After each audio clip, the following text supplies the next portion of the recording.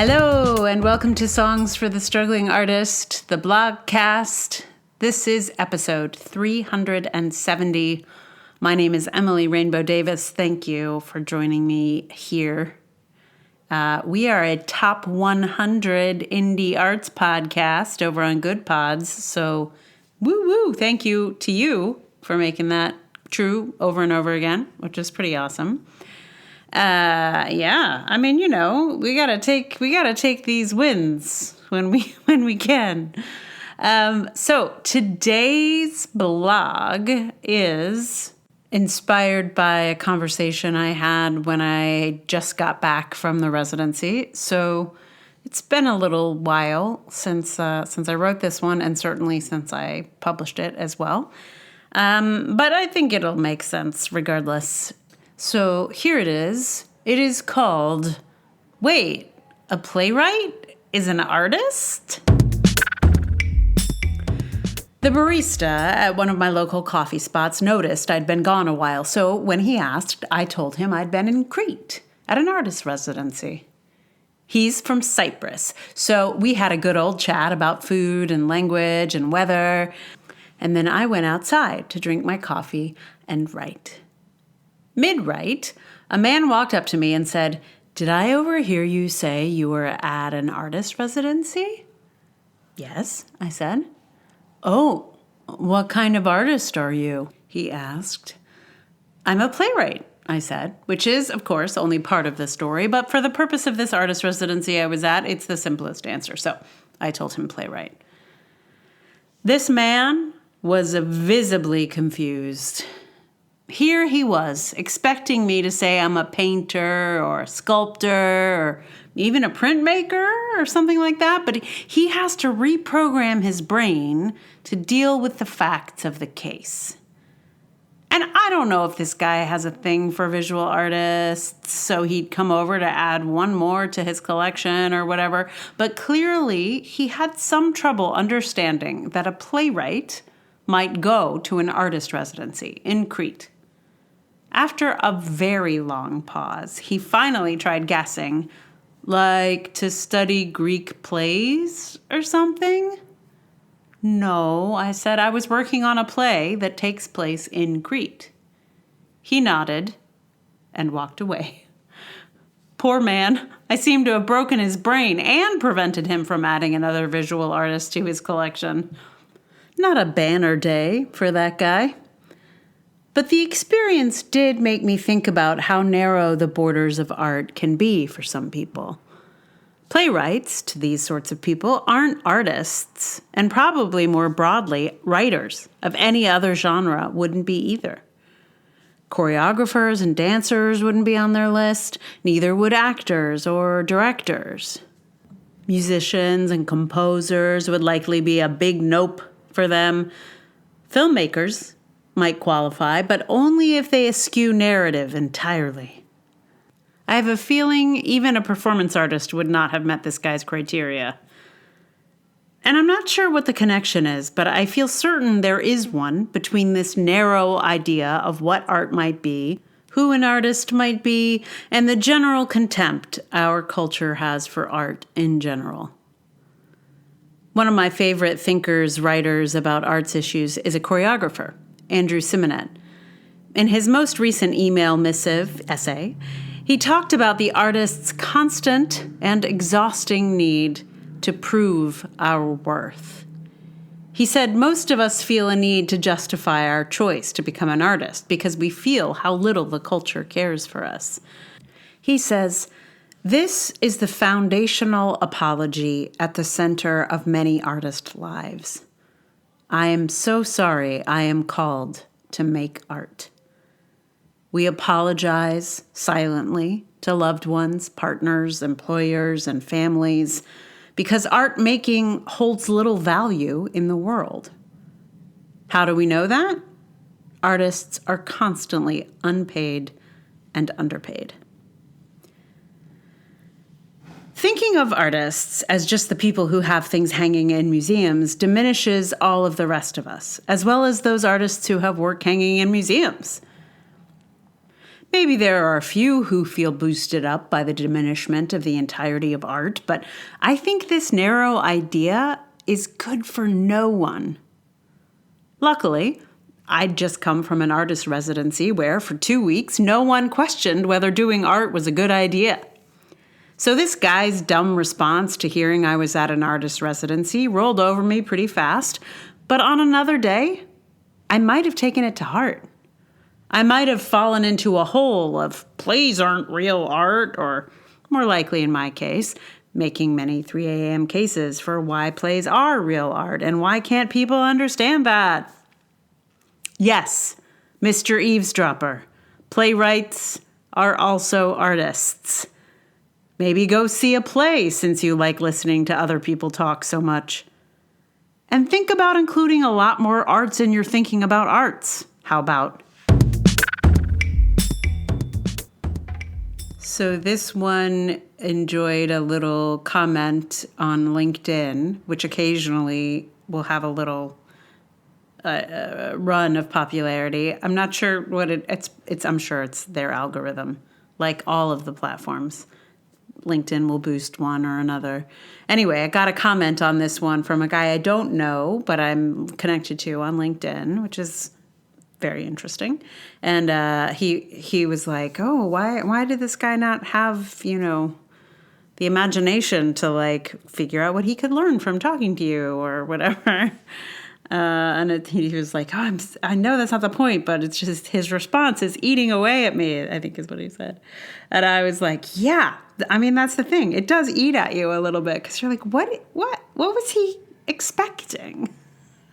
Like, that's, I think, my question is, what was he I know what he was expecting. He was expecting me to say a painter. But why? I don't know. I don't know. I don't know. I don't know the answer. I probably, if I hadn't been a little bit wary about somebody talking to me in the middle of me writing, like, it's obvious what I'm doing.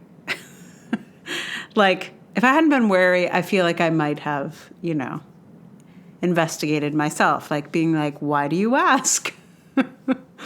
Anyway, I don't think I've seen that guy since, so who knows what his deal was. People can be funny. Yeah. So, weirdly, there aren't a lot of songs about art. I mean, I feel like there are a few, and I've probably already done them. But I was like, okay, maybe I'll try, do some searches for like songs about art, songs about painting, songs about playwrights. I know there aren't any. But it's funny. The gaps are incredibly striking to me. Anyway, there's not a lot of songs about art.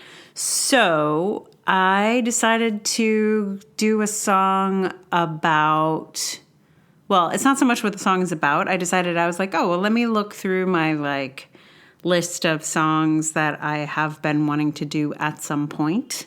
Where like I pulled them aside to be like, I'm going to work on this without a particular blog that I was attaching them to.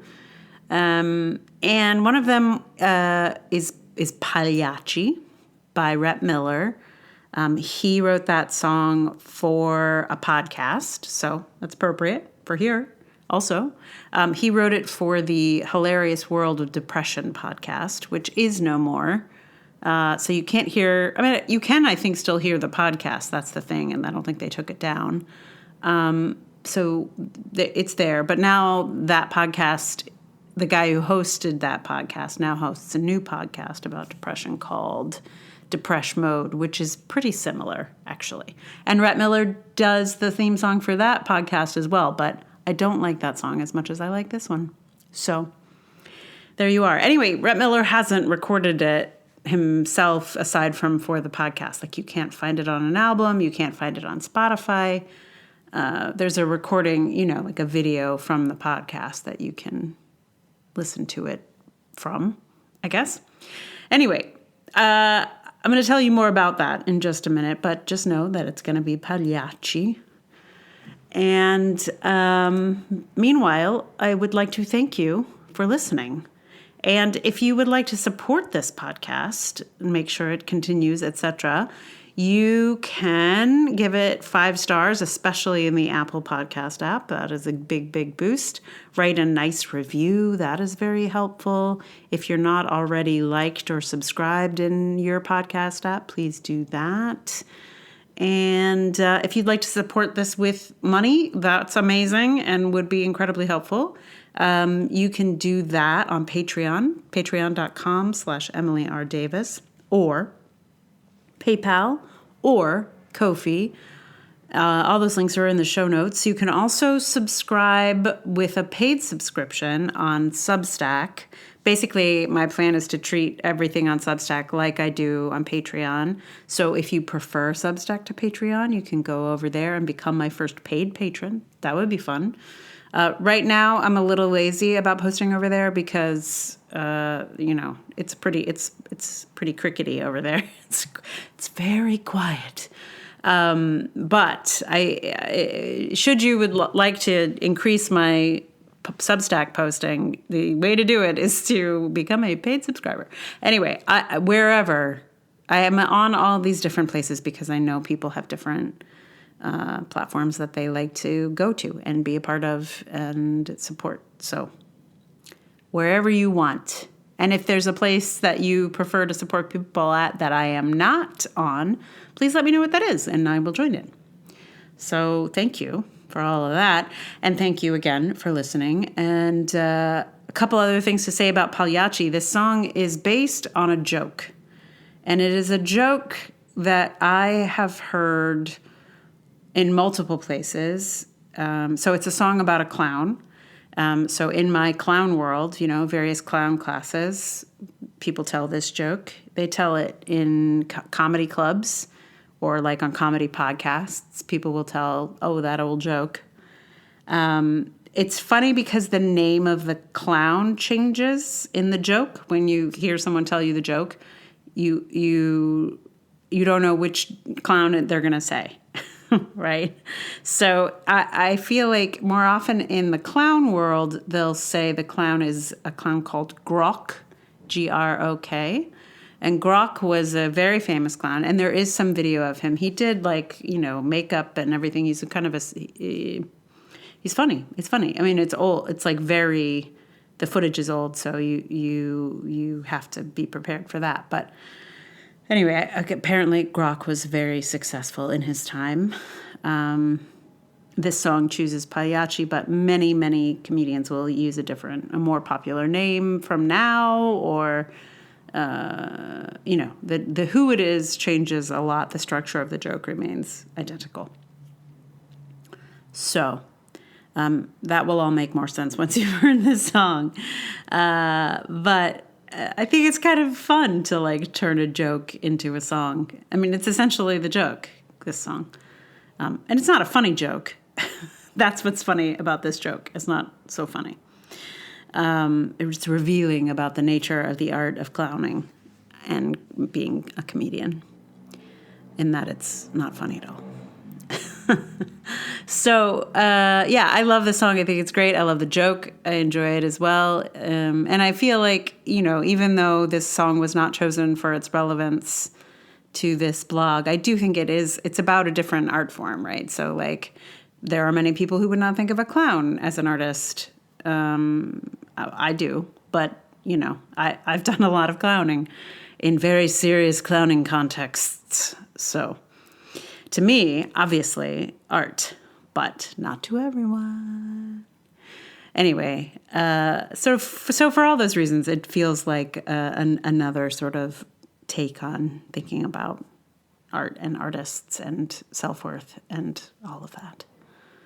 So here it is, Pagliacci.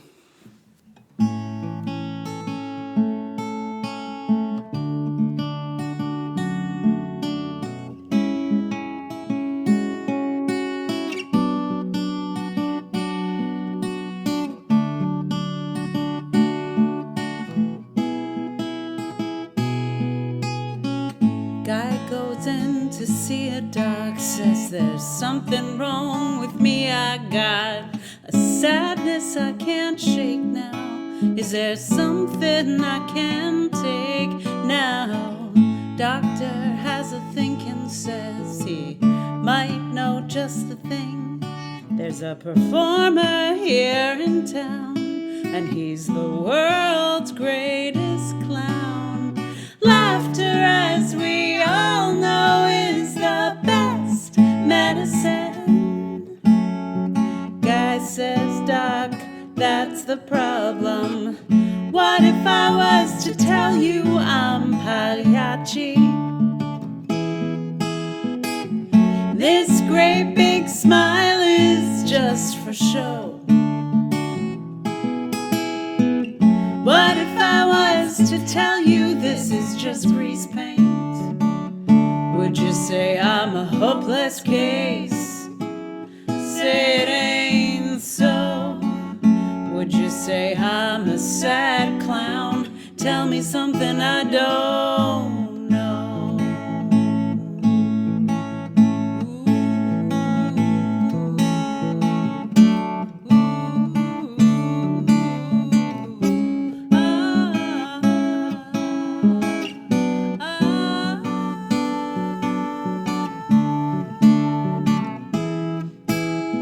Laughter, as we all know, is the best medicine. Guy says, Doc, that's the problem. What if I was to tell you I'm Pagliacci? This great big smile is just for show. What if I was to tell you this is just grease paint? Would you say I'm a hopeless case? Say it ain't so. Would you say I'm a sad clown? Tell me something I don't know. Would you say I'm a sad clown? Tell me something I don't